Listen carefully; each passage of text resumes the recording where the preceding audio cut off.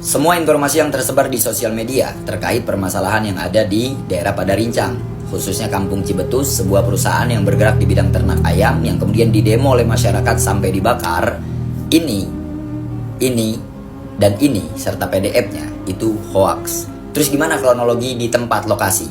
Begini teman-teman. 2 hari yang lalu ketika saya mendapatkan kabar dari seorang teman melalui sosial media terkait permasalahan ini, saya membuat statement pada saat itu dengan acuan PDF serta pamflet-pamflet yang saya temui.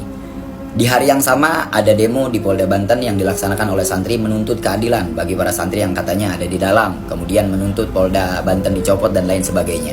Saya ngerasa ada beberapa kejanggalan yang ini nggak bisa terjawab kalau kita nggak turun langsung ke lapangan. Akhirnya, atas informasi yang ada dan tidak valid, saya dan rekan-rekan memutuskan untuk berangkat langsung ke TKP tempat kejadian perkara di Padarincang, khususnya di Kampung Cibetus.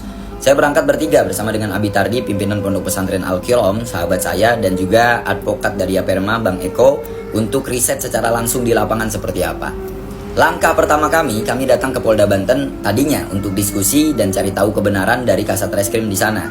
Tapi ternyata di sana udah ada aktivis santri yang juga nyari tahu kebenaran lewat Polda.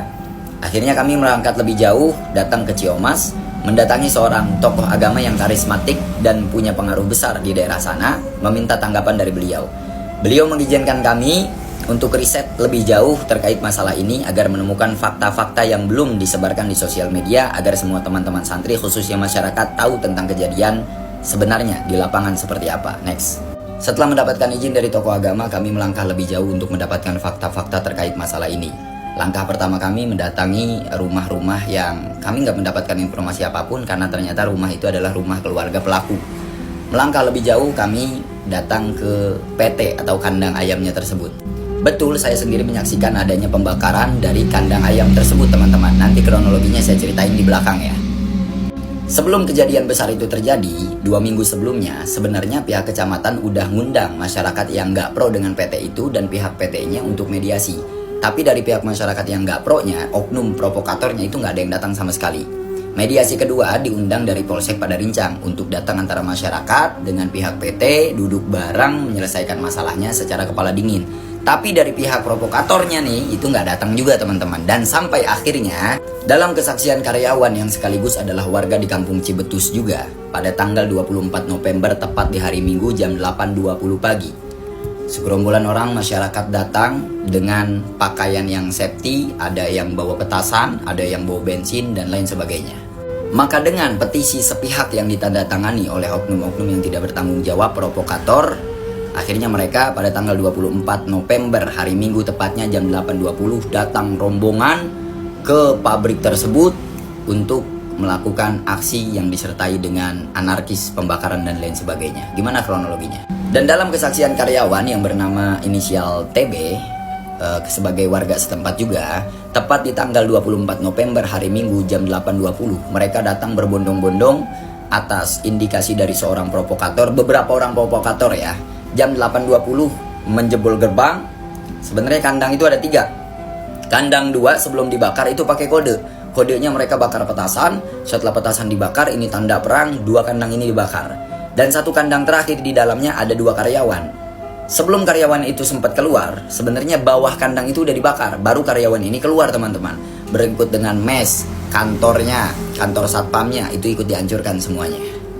Ketika pihak damkar dan polisi mau datang untuk melerai dan mau memadamkan api, jalan itu ditutup oleh pihak mereka teman-teman. Oknum-oknum ya, ditutup agar damkar tidak bisa masuk dan polisi juga nggak bisa masuk ke tempat. Sampai jam 11.30 baru para polisi dan damkar bisa masuk semuanya. Nah setelah kejadian itu mereka para provokator merasa menang. Akhirnya dari tanggal 24 baru ditangkap tanggal 7 Februari kan semua yang terlibat teman-teman. Di antaranya ya. Kenapa kok sejauh itu dari tanggal 24 sampai ke tanggal 7 Februari? Karena dalam pernyataan beberapa orang, 2 hari setelah kejadian itu ada pilkada. Tidak mau ada indikasi politik karena itu memang murni asal hasudan dari orang-orang yang memang akrab dengan orang PT. Sebenarnya para provokator ini, isunya itu mereka mendapat jatah dari PT tersebut. Yang akhirnya PT nggak mau kerjasama dalam hal tanda kutip yang saya juga nggak tahu apa. Dan timbul kesakit hatian akhirnya mengajak orang-orang yang nggak tahu apa-apa untuk demo dan melakukan pembakaran tersebut. Nah, yang jadi titik permasalahan kan di sosial media ada katanya santri yang ikut terlibat. Nah, dari sini kita juga melangkah lebih jauh nih teman-teman. Kita datang ke rumah warga yang ternyata itu adalah rumah pelakunya dan kita nggak nemuin informasi apapun.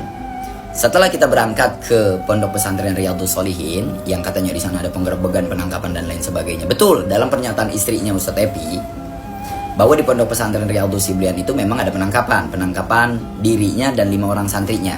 Dibawa ke polsek untuk di BAP, 2 orang keluar, 4 orang lagi ditahan untuk melakukan pengembangan. Jadi pengen tahu nih provokator pertama siapa yang ngajak mereka untuk ikut demo tersebut. Dan kabarnya 4 orang yang ditahan itu juga bukan santri mukim, bukan santri dari jauh, akan tetapi santri yang ngalong. Santri ngalong itu santri yang keluar masuk.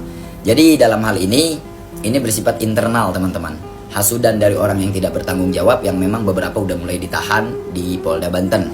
Jadi saya menyarankan kepada seluruh santri khusus di wilayah Banten, jangan terprovokasi dengan berita apapun. Kalau nggak riset langsung ke lapangan, jangan melaksanakan demo apapun, kita serahkan kepada kepolisian Polda Banten dalam hal ini. Jangan sampai ada benturan antara santri dengan Polda karena ada indikasi fitnah katanya ini santri ditahan dan lain sebagainya. Enggak, bohong. Jadi kita mengharapkan keempat orang santri khusus anak di bawah umur ini cepat dibebaskan, dalam BAP selesai, dan sangat mengharapkan juga kepada mereka yang tidak bertanggung jawab, khususnya inisial yang menulis berita hoak di sosial media itu secepatnya ditangkap, dan juga para provokator yang mengajak para santri untuk ikut turun, santri-santri kalong tersebut, untuk secepatnya ditangkap agar kasus ini secepatnya selesai teman-teman. Ini bersifat internal, jadi teman-teman semuanya nggak usah turun, nggak ada demo-demo lagi. Udah, ini kabar singkat yang bisa saya kabarkan, bahwa fakta di lapangan tidak seperti apa yang kita dapatkan di sosial media teman-teman. Cuman saya ada tanda tanya besar. Tanda tanya besarnya seperti ini. Kenapa pada saat Polda dari pihak kepolisian datang ke Pondok Pesantren Riyadhus Shalihin itu dengan personil yang nggak sedikit, 20 orang. 20 orang, 10 bawa laras panjang, 10 lagi enggak, untuk menangkap para pelaku ya, khususnya para santri kalong itu, dan bawa kiainya untuk di BAP ke Polsek Padarincang. Dan kabarnya dari salah seorang karyawan PT yang udah mendapatkan laporan, kenapa harus bawa personil banyak? Karena dikhawatirkan adanya perlawanan. Ya ini mungkin kita bisa terima. Cuman kalau ditangkap jam 12:30 kesannya udah kayak teroris ya. Tapi it's okay, kita serahkan ini semua kepada Polda Banten. Jangan sampai hal ini mengalihkan isu PIK 2 juga. Dan jangan sampai juga kita terprovokasi dengan adanya ini. Bil khusus para santri, sebelum bergerak kita harus punya data. Apalagi ini udah ada demo kedua katanya di Banten. Jadi kalau nanti memaksakan para santri yang memang nggak tahu untuk melaksanakan demo, saya akan turun ke Polda Banten untuk menjelaskan kepada kalian semuanya tentang apa yang sebenarnya terjadi di lapangan. Bahwa ini memang bersifat internal, tidak ada kaitannya dengan kiai, santri, dan lain sebagainya. Ini adalah awal mulanya ya, diindikasi oleh oknum yang tidak bertanggung jawab, kemudian memprovokasi banyak orang dari luar, dari dalam kampung Cibetus untuk membakar kampung tersebut. Dan saya juga setuju dengan tindakan para polisi bahwa itu tidak dibenarkan juga dalam agama, dan kami berharap kasus ini secepatnya selesai. Barakallahu fiik, jazakumullah khairul jazaa.